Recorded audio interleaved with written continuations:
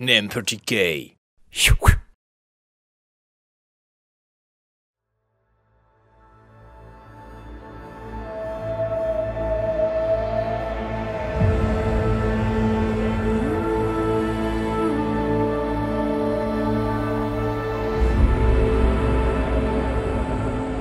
L'univers que nous connaissons fut créé des centaines, peut-être milliers de millions d'années avant notre ère. Dans ce tourbillon d'énergie incommensurable, les étoiles apparurent, puis donnèrent naissance aux premières planètes et enfin aux premières formes de vie.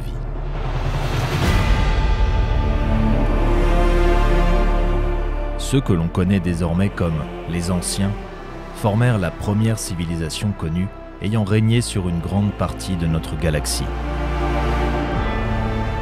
Y succédèrent, il y a 65 millions d'années, les Nécrontyres. Puis, après leur endormissement, les Aeldari, aussi connus sous le nom d'Eldar. L'une des civilisations façonnées par les Anciens, aux côtés des orques ou encore des humains.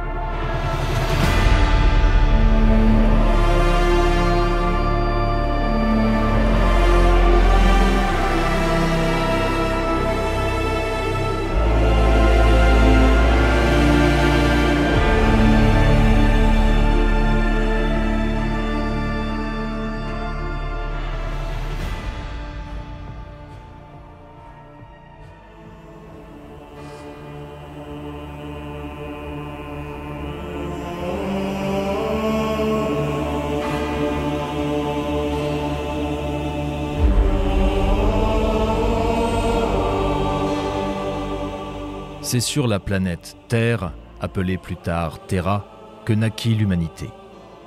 L'humain tel que nous le connaissons apparut environ 300 000 ans avant notre ère. Puis s'ensuivit une longue évolution de cette espèce qui finira, sur cette planète, par dominer toutes les autres. C'est lorsque la dernière période glaciaire prit fin, aux environs de l'an -10 000, qu'une véritable civilisation commença à voir le jour. Les chasseurs-cueilleurs devinrent des agriculteurs, puis des artisans, puis des savants, puis des érudits, et ainsi de suite, la connaissance s'accumula, le mécanisme intelligent du développement scientifique et technique était en marche. Cette course vers le progrès fut entravée par d'incessantes guerres et de multiples catastrophes, déchirant à maintes reprises les différentes sociétés de la planète bleue.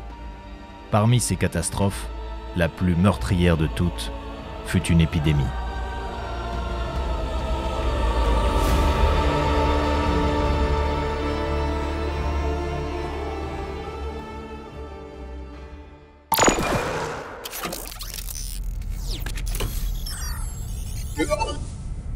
Archive PI 23V 925. Note de repère historique. Écrit testamentaire d'individus ecclésiastiques. Localisation. Territoire identifié comme Francie méridionale. Millénaire 1. Année 349.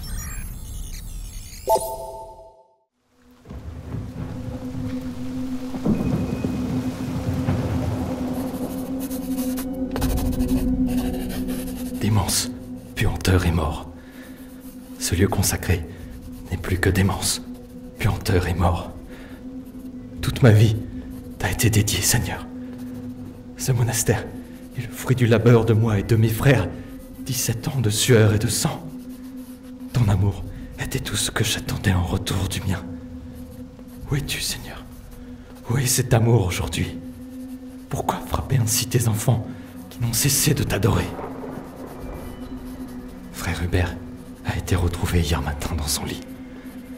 Ce n'est pas son absence inhabituelle au petit déjeuner, mais l'odeur qui nous a alertés. L'infecte puanteur s'étendait jusqu'à la salle du chapitre.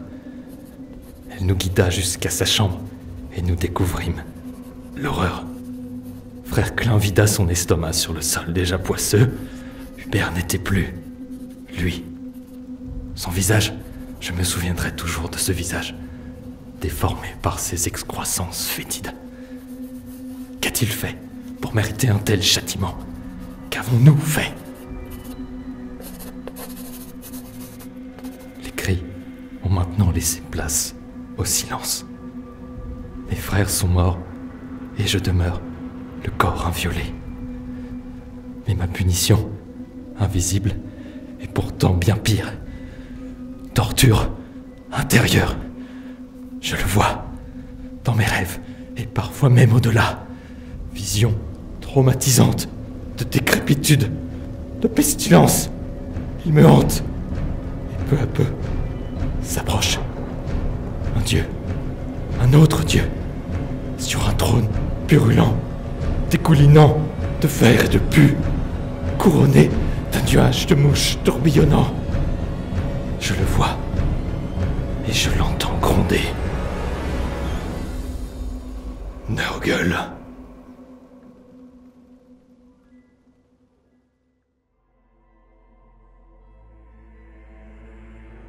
L'époque dite médiévale fut riche en épidémies, en conflits et en démences religieuses.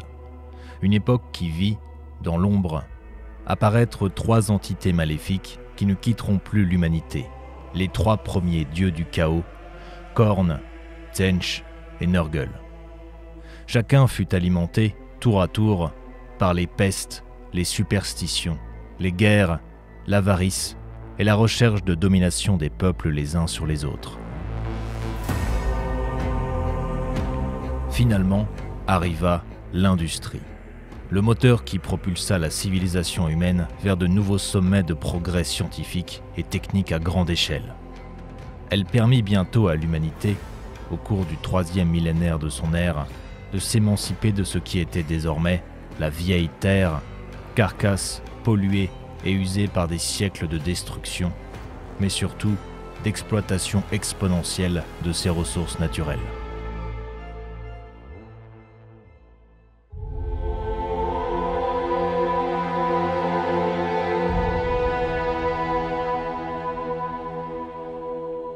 Les humains quittèrent pour la première fois leur monde d'origine et gagnèrent, une à une, les autres planètes et satellites du système Sol.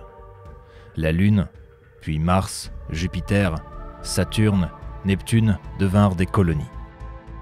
Mars devint la première planète à être terraformée, c'est-à-dire rendue habitable suite à la transformation de son environnement naturel. On lui donna une atmosphère et ses déserts devinrent des sols fertiles. S'y installèrent certains des plus puissants et riches cartels industriels terriens qui y créeront le premier monde ruge de l'histoire. La planète rouge devint rapidement synonyme d'expertise technique et de progrès scientifique, une caractéristique qui la définira encore des dizaines de millénaires plus tard.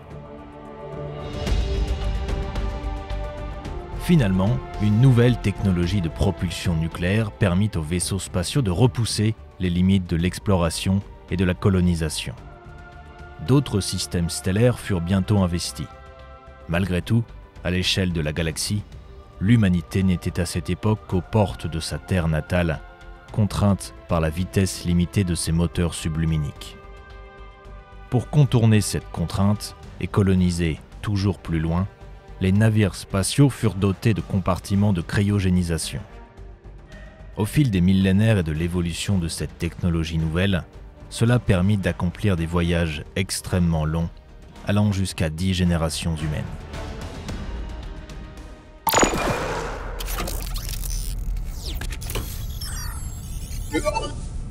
Archive PI 102 V322. Copie préhiérarchisée. Millénaire 5. Nature, journal de bord. Auteur Elden Riverson. Capitaine du Pax Punator. Navire colon de classe 3.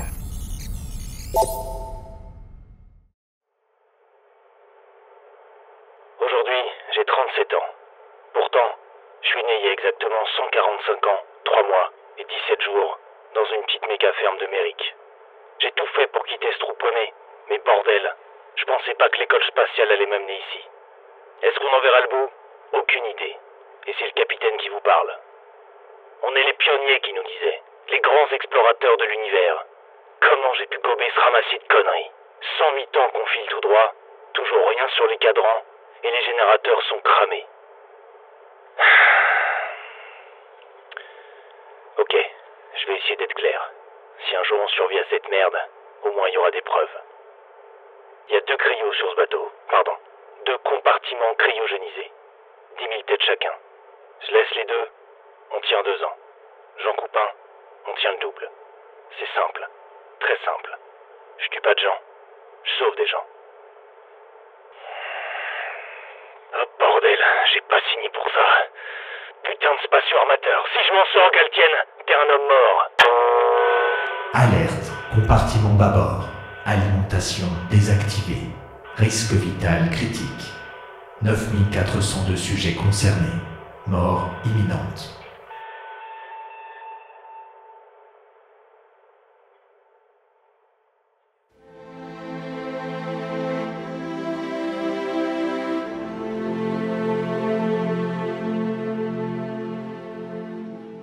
Les accidents, les navires perdus furent nombreux. Mais beaucoup d'autres arrivèrent à leur but. Ces nouveaux systèmes colonisés devinrent rapidement des États indépendants et contraints à l'autosuffisance, car séparés de la future Terra par un temps de voyage beaucoup trop long. Les millénaires et cataclysmes qui séparent nos jours de cette époque reculée de l'histoire de l'humanité expliquent pourquoi il ne nous en reste que très peu d'informations. Les historiens impériaux évoquent cette période de conquête spatiale comme allant jusqu'au 15e millénaire sous le nom d'âge de Terra ou d'âge du progrès.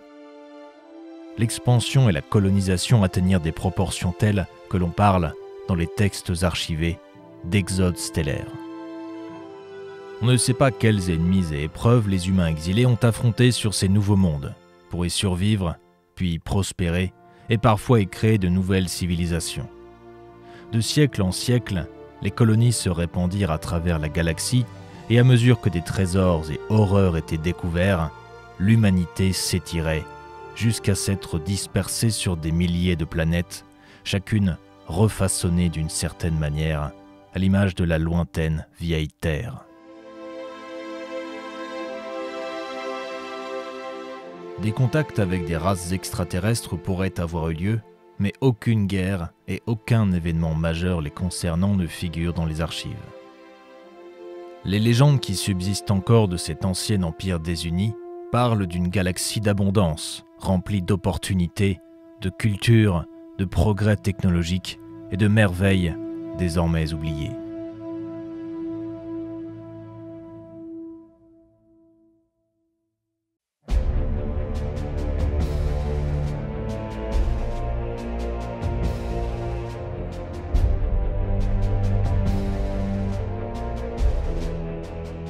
Le 15e millénaire est un tournant dans l'histoire de l'humanité. À cette époque, bien qu'ils ne contrôlent pas toute la galaxie, les Aeldari sont la puissance stellaire qui surpasse incontestablement toutes les autres civilisations. Les mondes, les peuples, vivent et meurent à leur demande. Malgré tout, l'expansion humaine ne sera pas freinée. Pendant près de 10 000 ans, cette expansion se poursuivit de manière spectaculaire. Elle sera enregistrée dans les archives comme la période dite du Moyen-Âge technologique. Si les informations sont, là aussi, fragmentaires, on sait que parmi la cascade d'inventions scientifiques et techniques, l'une d'entre elles permit à la colonisation stellaire d'entrer dans une nouvelle ère, le réacteur Warp. Cette révolution offrit la possibilité de voyager dans ce monde parallèle qu'est l'Immaterium, et d'ainsi se rendre dans des lieux situés à plusieurs années-lumière, au bout de quelques jours, semaines ou mois, quand il fallait auparavant plusieurs années, décennies ou siècles. En parallèle, l'humanité mit au point et cultiva le gène du Navigator, une mutation contrôlée qui permettait à des pilotes humains, grâce à leur troisième œil, de comprendre les chemins à travers la réalité hyperdimensionnelle du Warp. Le développement de ce savoir permit d'effectuer des voyages spatiaux de plus en plus longs. Les familles de navigators, contrôlées à l'origine par les cartels commerciaux et industriels, s'émancipèrent peu à peu jusqu'à gagner leur indépendance au cours du 19e millénaire.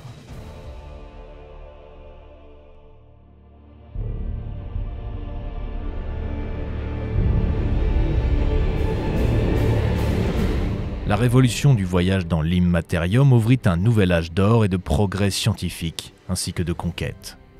La technologie semblait pouvoir répondre à tous les besoins. Des machines intelligentes aidaient à la production civile et militaire et permettaient d'atteindre des rendements phénoménaux. La colonisation fut favorisée par le perfectionnement des SCS, schémas de construction standard, l'autre révolution de cette époque. Les SCS analysaient précisément les ressources disponibles sur la planète découverte et permettaient aux néocolons d'obtenir des solutions pratiques à tous leurs besoins. Ils n'avaient qu'à préciser ce qu'ils voulaient construire et les moteurs logistiques de la machine leur fournissaient les moyens de le faire. En utilisant les SCS, les colons pouvaient ainsi fabriquer des abris efficaces, des centrales électriques, des équipements de communication, des moyens de transport ou encore des armes, et ainsi rapidement gagner une certaine autonomie. L'humanité connut ainsi un grand bond en avant et ces vaisseaux devinrent capables de s'enfoncer toujours plus loin dans la galaxie. L'histoire entra dans une période d'exploration que rien ne semblait devoir arrêter.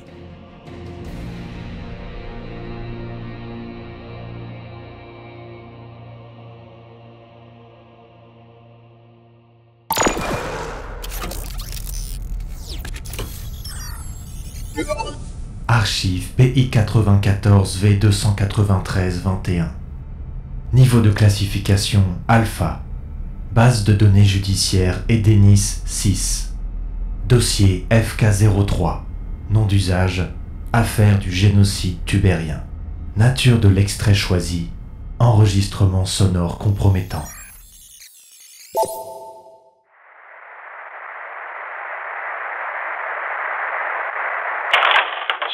Des Xénos, Arcarius. Comment peux-tu faire ça? Mon frère, calme-toi. Je ne te reconnais plus. Tu faisais honneur à la famille. Ce poste de gouverneur devait être une bénédiction, apporter richesse et prospérité à notre maison. Mais tu n'es plus toi-même. Tes ambitions te mèneront à ta perte. À notre perte. Revan, ne sois pas ridicule. Tu le sais très bien. Personne ne devient gouverneur. Et le reste, en gardant les mains propres. Arca, 150 millions d'âmes. Des femmes, des enfants, des humains. Je n'ai pas le choix. J'ai tout fait pour l'empêcher. Regarde, les cargos sont encore en orbite. Tout était prêt. Le gouvernement finançait entièrement la déportation. Des logements avaient été construits. Une nouvelle vie, de nouvelles opportunités s'offraient à eux. Mais ils se sont entêtés à vouloir garder leur taudis misérable. Ils vivent ici depuis 2000 ans. Crois-tu sincèrement qu'ils allaient accepter de partir? Tout ce que je leur demande est de respecter la loi. C'est écrit noir sur blanc. Toute habitation civile en secteur à fort potentiel minier est déclarée non conforme. Ils sont sur un des plus gros gisements de prométhéum de toute la galaxie. Comment puis-je fermer les yeux?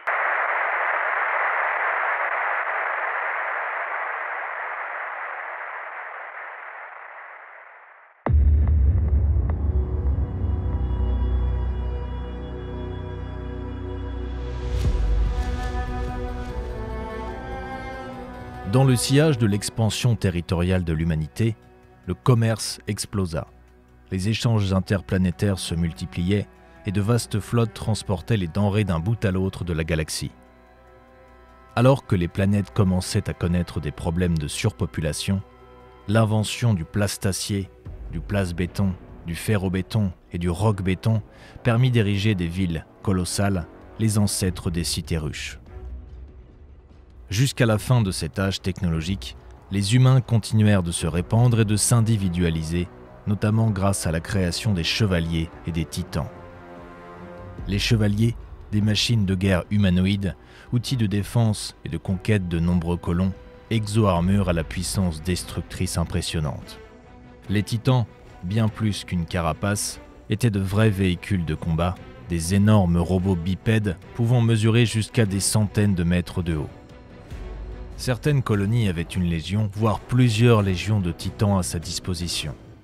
Ils jouèrent un rôle majeur dans les guerres qui furent menées face aux premières espèces xénos rencontrées.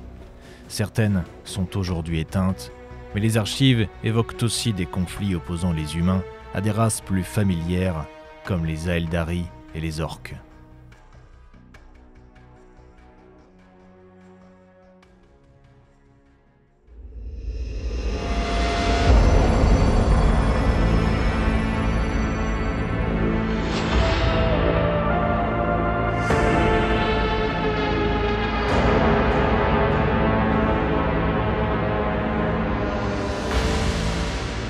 Si les chevaliers et les titans n'étaient que des outils, l'humanité mit également au point des machines douées d'une intelligence propre, des constructions humanoïdes artificiellement intelligentes, désormais connues uniquement dans les archives pré-impériales sous le nom d'hommes de fer ou d'hommes de pierre. Ces créations eurent un rôle capital dans la hausse significative des conquêtes du 21e au 23e millénaire. Bien que ces robots puissants permirent de remporter de nombreuses campagnes pour leurs maîtres, pour une raison inconnue, ils finirent par se retourner contre ces derniers. Ils déclenchèrent l'une des guerres les plus terribles de l'histoire de l'humanité. Au cours de ce conflit ancien, archivé sous le nom de révolte cybernétique, les deux camps ont utilisé des armes redoutables issues des plus hautes technologies de cette ère de progrès. Parmi elles, les mécanivores, d'énormes machines pensantes capables de soulever des continents entiers et de creuser des gouffres sur les surfaces planétaires s'étendant jusqu'au noyau de la planète. Les armes les plus omniprésentes et les plus dangereuses de cette terrible guerre étaient les omniphages, des essaims de nanomachines intelligentes et microscopiques qui pouvaient consommer tout ce qui se trouvait à la surface d'un monde en seulement quelques heures solaires. Et parmi les autres outils terribles de destruction massive déployés à cette époque, on trouve même des machines serpentines capables de dévorer les étoiles elles-mêmes.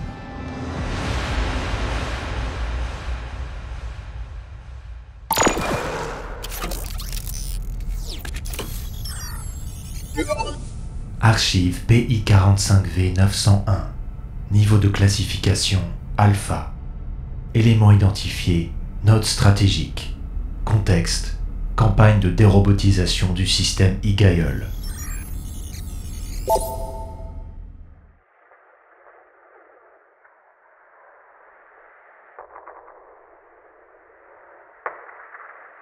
Semaine 12, jour 3.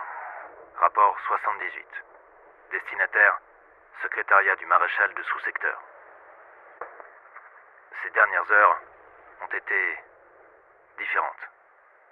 Il s'est passé quelque chose. Depuis le début de la campagne, nos opérations offensives connaissent, comme vous le savez, des résultats très limités.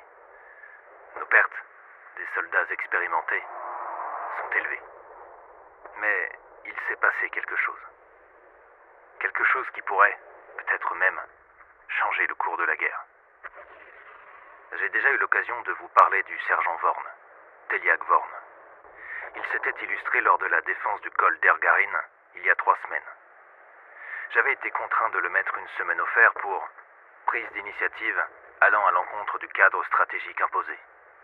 Code militaire, page 45, alinéa 3. Mais l'analyse de la phase de combat en question, il faut le dire, m'a particulièrement troublé.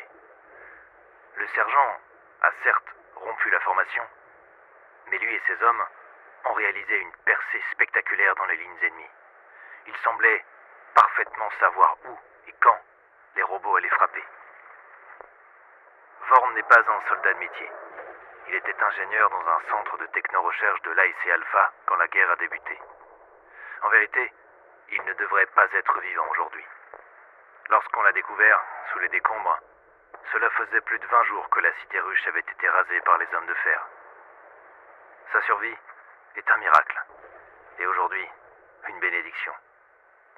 Sans m'en informer, il a patiemment étudié, analysé les mécanismes de l'intelligence ennemie, mettant au point des protocoles de contre-attaque, il faut le dire, diablement efficaces.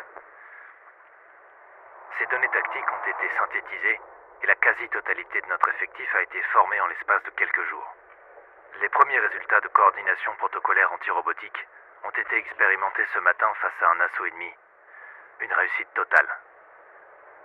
Avec votre permission, j'amorcerai demain la reprise des positions perdues dans les quartiers Hertz et Lieven. Le moral des troupes est au plus haut. Je recommande de ne pas perdre de temps. Colonel Galter Erehan, 22e bataillon laïcien.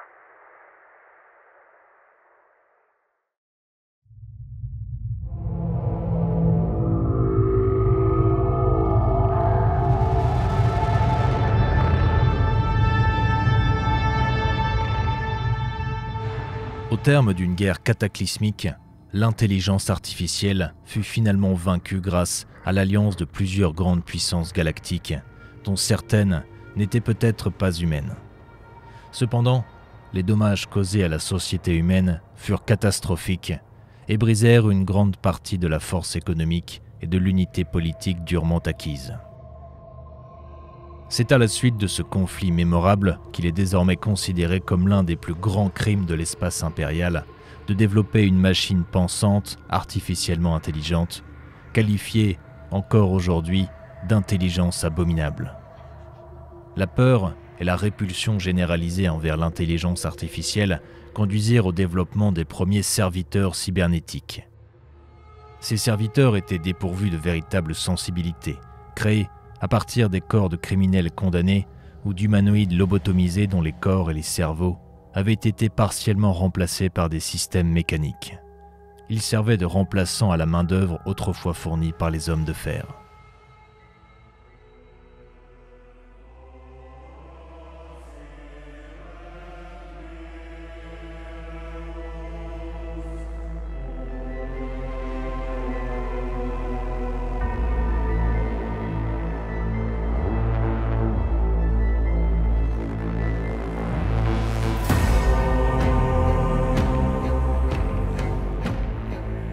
Les mondes humains, ruinés par ce conflit interstellaire, héritèrent bientôt d'un nouveau malheur.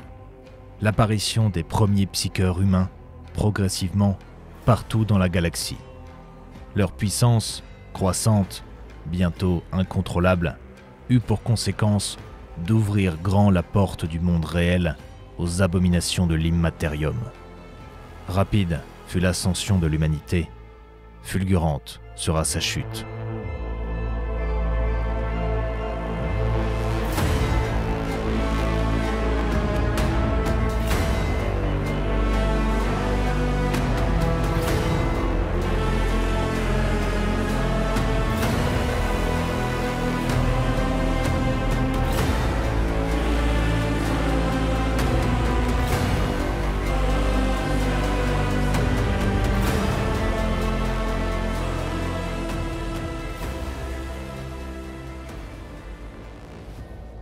Les psycheurs n'ont été mentionnés pour la première fois qu'à la fin du 22e millénaire.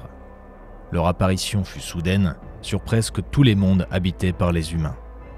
Mais contrairement aux Aeldari, l'immense majorité d'entre eux n'avaient pas les capacités mentales suffisantes pour maîtriser ces nouvelles aptitudes psychiques.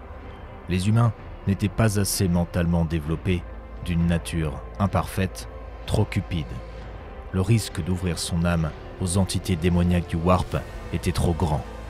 Et c'est précisément ce qu'il se passa. Les psycheurs avaient intégré, décennie après décennie, toutes les sociétés humaines. Dans celles les plus rétrogrades et régressives, ils étaient persécutés comme des sorciers de malheur.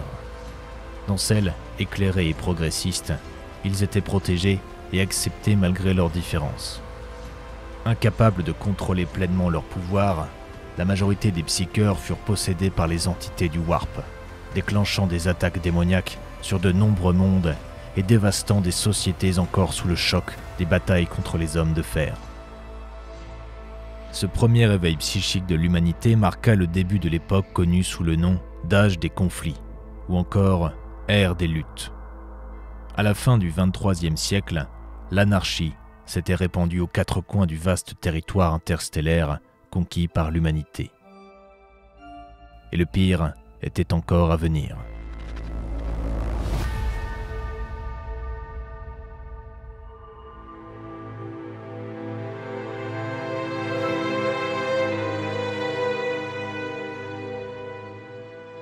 Si les humains avaient désormais atteint un niveau technologique très avancé, ils restaient incomparables à celui de l'autre race majeure de cette époque dans la galaxie, les Aeldari. Leur technologie avait tellement progressé qu'ils n'avaient plus besoin, ou presque, de travailler pour subvenir à leurs besoins quotidiens. De ce désœuvrement généralisé résulta la création des cultes du plaisir, des groupes dédiés à la découverte de sensations inédites, bientôt le lieu de tous les excès au service d'une quête infinie, assouvir les soifs physiques et spirituelles exponentielles de leurs membres.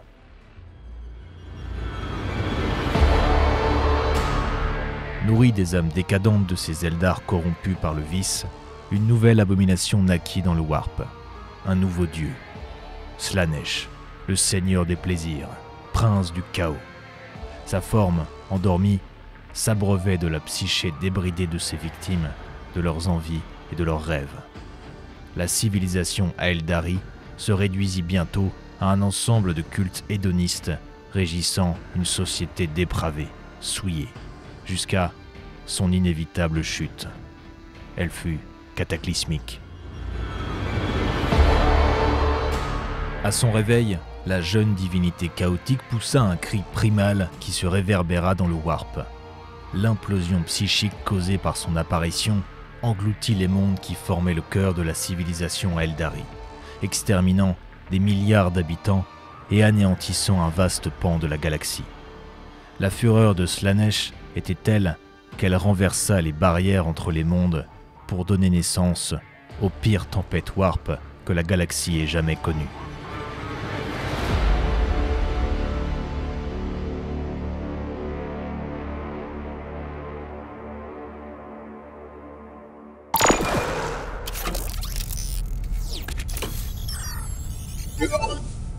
Archive PI01C.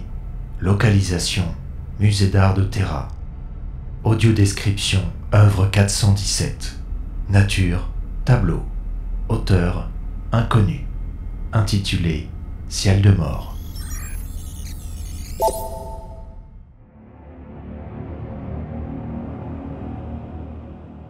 Vous avez face à vous ce qui ressemble à un océan. Un océan agité de nombreux remous. Ce ne sont pas vraiment des vagues, plutôt des courants progressant dans de multiples directions opposées, sans aucune cohérence globale. Cet océan n'est pas bleu. Il comporte plusieurs teintes allant du violet au blanc ou au noir profond. L'attention du spectateur est tout de suite captée par cet élément essentiel de l'œuvre en son centre, qui est comme sur le point d'être dévoré par l'immensité de ce désert de fluide. Cet élément est, sans aucun doute, un croiseur spatial. Un vaisseau d'une apparence ancienne, la teinte orangée de ses réacteurs évoquant un moteur pré-sublimique. Un parti pris anachronique de l'auteur puisque ce tableau est daté du XXVIIe millénaire. Quelle interprétation peut-on faire de cette œuvre ? À cette époque, tout voyage spatial est proscrit depuis des siècles en raison du danger. Cette scène n'est donc qu'un fantasme inspiré de faits historiques, mêlé à des observations lointaines, mais bien réelles, depuis la surface terrestre de ces phénomènes célestes tempétueux.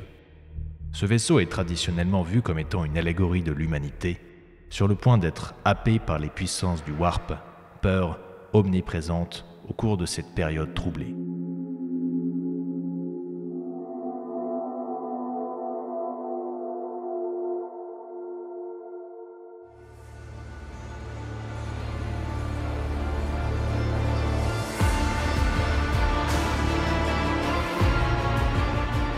Ces vastes tempêtes frappèrent de plein fouet une humanité déjà fracturée et sur le déclin.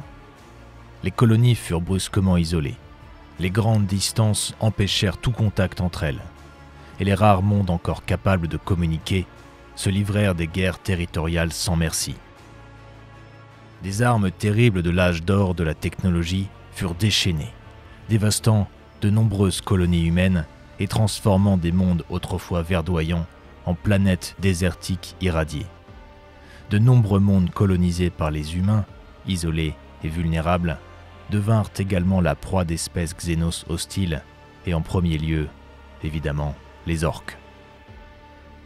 La grande civilisation humaine fut scindée en plusieurs milliers de civilisations locales, basées soit sur un seul système solaire, soit, l'occasion, sur un petit secteur d'étoiles proches.